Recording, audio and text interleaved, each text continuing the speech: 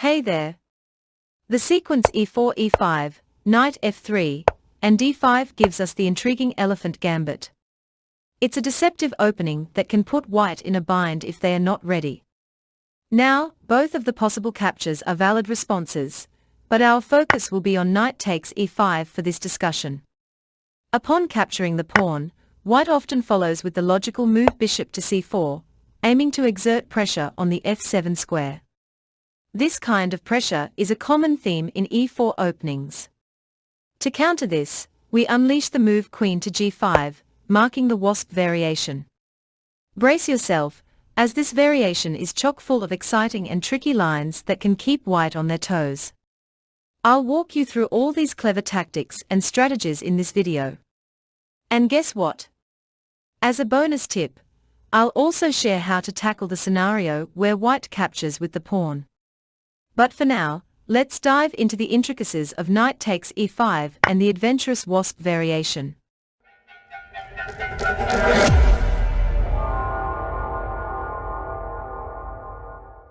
As I mentioned earlier, when we embark on the Elephant Gambit, white has two viable choices. However, our primary focus will be on white's knight taking the e5 pawn. When this happens, we confidently capture it and provoke white to advance with bishop c4. In most scenarios, you'll find that this move is practically a given since it's such a clear-cut move. It's quite tempting due to the looming threat of a fork on f7. Who wouldn't want to develop a piece and create such a compelling threat? Our response, queen g5, takes a daring approach. Essentially, we are signaling to white that they are welcome to grab our pawn. It's no sweat for us because, in return, we are setting up our own counterattack. Not only do we strike at g2, but we also target the e5 knight.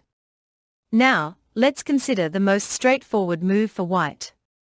If they decide to capture on f7, they are setting themselves up for an immediate and substantial disadvantage. In fact, this is often regarded as one of the worst moves they could make. Despite its frequency, with this position having seen over 3,000 instances, it tends to backfire considerably. Why does this move lead to trouble for white? Well, because of queen takes g2. This response not only establishes our own attack on the rook, but also counteracts their capture on f7. If white, against their better judgment, attempts to capture our rook, we promptly respond by capturing theirs. Even if white tries to wriggle out with a move like king e2, they'll find themselves in a precarious situation. The impending threat of our bishop's advance spells trouble for their queen, and they'd be wise to avoid this grim fate. Thus, in this context, a better move for white is to place their rook on f1, which is a more prudent option given the circumstances. Now, we proceed by playing bishop to g4, once again targeting the white queen. A noteworthy observation here is that there aren't any viable squares for the queen to relocate to. This leaves white with just one recourse, moving the bishop to e2 in order to obstruct the impending capture. So, we go ahead and execute the capture. After white takes, a significant shift occurs. The knight on f7 is no longer safeguarded by the bishop, giving us the opportunity to snatch it away. Some might raise the concern of our king's vulnerability. Admittedly, it's a valid point. Yet, let's not overlook that white's king is also in an exposed position. Our queen's presence inhibits their ability to castle. Inevitably, both sides will need to tread cautiously around their kings in this scenario. Nonetheless, at the end of the day, we possess 3 pieces while white has just 2. This creates a favorable situation for black. This evaluation aligns with the perspective of the computer as well, which concurs with the notion of black being in a stronger position. To offer a glimpse into how the game could unfold, white often responds with queen to c4, delivering a check. A sound reaction involves moving your king back. Although you might concede a couple of pawns on the queen side, the subsequent sequence showcases a strategic maneuver, knight to d7, followed by rook to b8. These moves work harmoniously to safeguard each other. This configuration renders your pieces more resilient against any potential harassment by the white queen. While it's true that you might be down 3 pawns in this exchange, it's crucial to recognize that dynamic and active pieces, as well as open files and diagonals. Although we might lose all our pawns on the queen side, the game is unlikely to drift into an endgame. The outcome is more likely to involve checkmate for white or substantial material gain for us. The fate of those pawns won't significantly impact the course of the game. Progressing with our development remains crucial.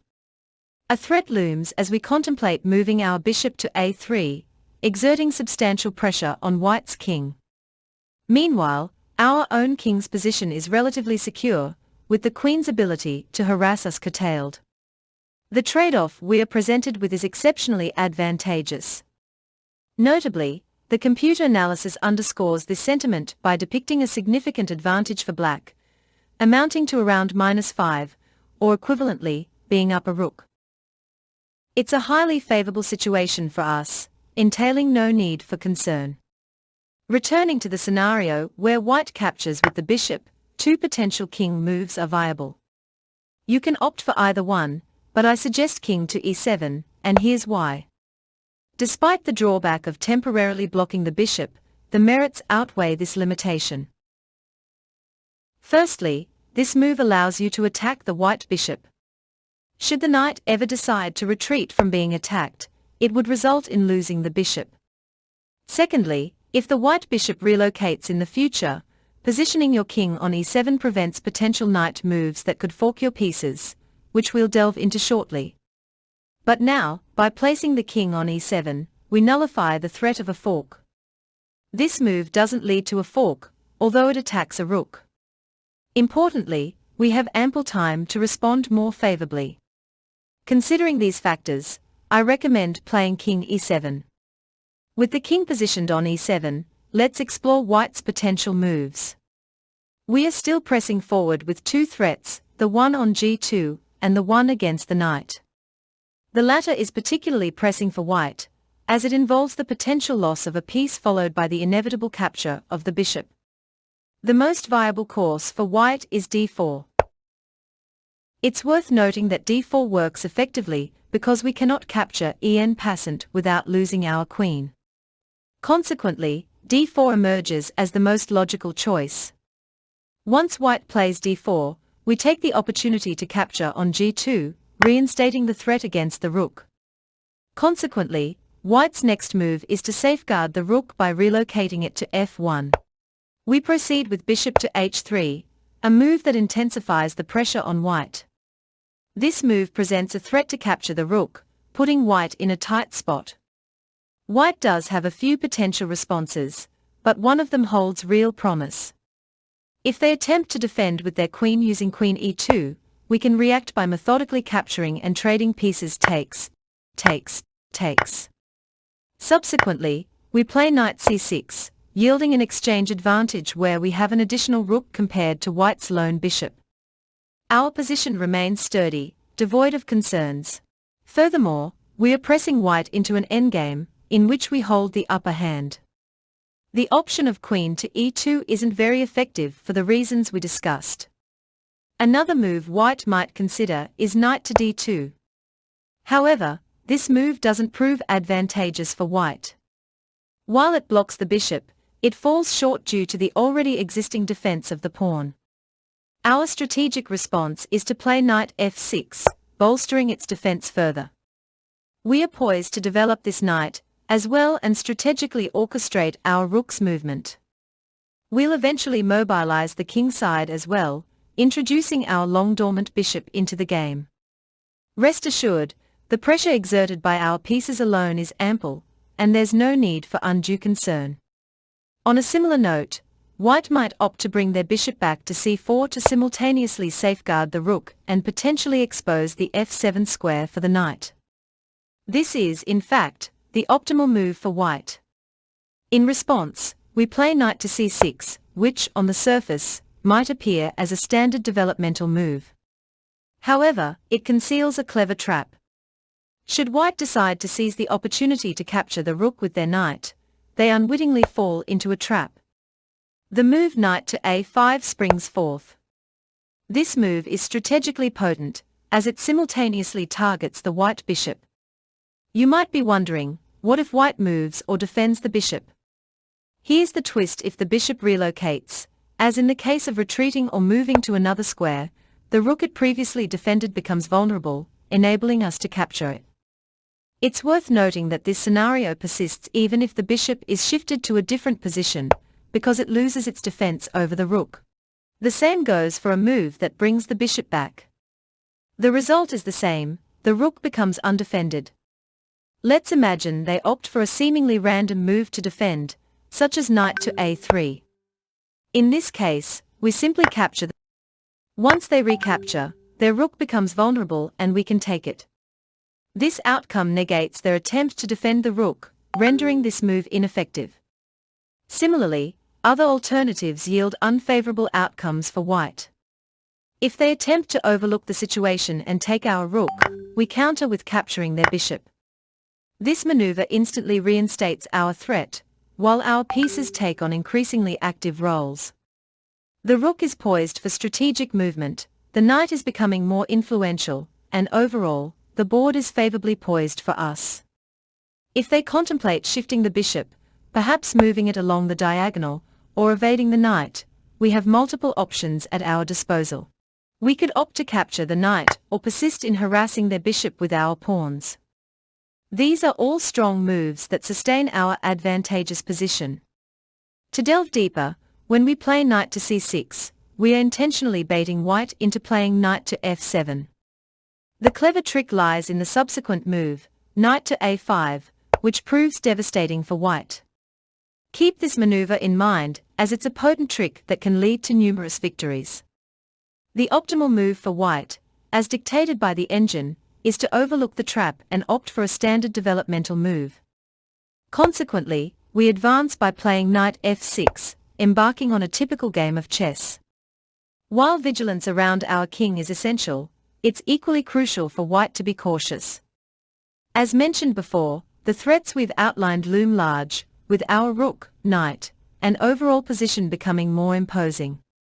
Although the engine may suggest a slight advantage for white, in practical terms, black holds its ground remarkably well. The surprise factor inherent in employing the Elephant Gambit, particularly the Wasp Variation, is undeniably valuable. I highly recommend this strategy for players under 2200, although it has yielded success even beyond that level. The approach has no set limit, but it's especially potent for players under 2000, ensuring higher rates of success. As I previously mentioned, I'd like to share a bonus tip. We've already discussed the Wasp Variation, which involves capturing with the knight, taking back with the pawn, and then deploying the queen to g5. However, there's another option that white often employs, capturing with the pawn instead of the knight. If they choose this path, my recommendation is to execute e4. The rationale behind this move lies in exploiting the situation when the knight eventually moves, such as knight to d4. This affords you the chance to capture their pawn, leaving you with a balanced position. Interestingly, the optimal move for white in this case is to execute queen to e2 in an attempt to pin your pawn.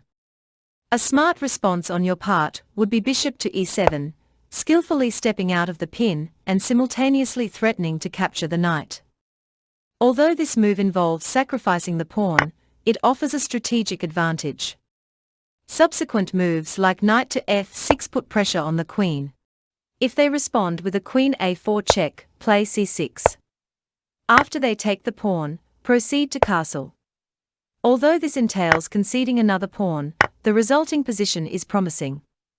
While they might have an upper hand in pawn count when analyzed by a computer, this overlooks the practical aspect of human opponents, who can make errors in the face of an aggressive position. Practically speaking, this position is highly favorable for black.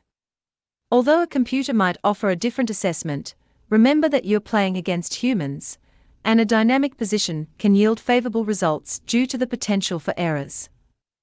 Playing aggressively can be incredibly fun and engaging. For instance, if white chooses bishop to e2, you can bring your knight into play. Once they castle, your knight can advance to c5. Further, your other knight can occupy d5, making them ready to launch into action based on white's moves. This setup enables your queen to become mobile, and your rooks to access multiple avenues of attack. With half-open and open files at your disposal, this position is ripe for tactics. Ultimately, if you're inclined towards dynamic, aggressive play, this variation can be exhilarating. Feel free to share your successes. I'd love to hear your stories. Now, it's time for a puzzle. In the given position, it's white's turn, and you need to find the best move for white. Share your answers in the comments, and let's see how many of you can solve it correctly. Also, don't forget to like and subscribe to stay updated with future videos. Take a moment to check out the other videos appearing on your screen right now. Thank you for watching, and I look forward to seeing you in the next one. Take care and peace.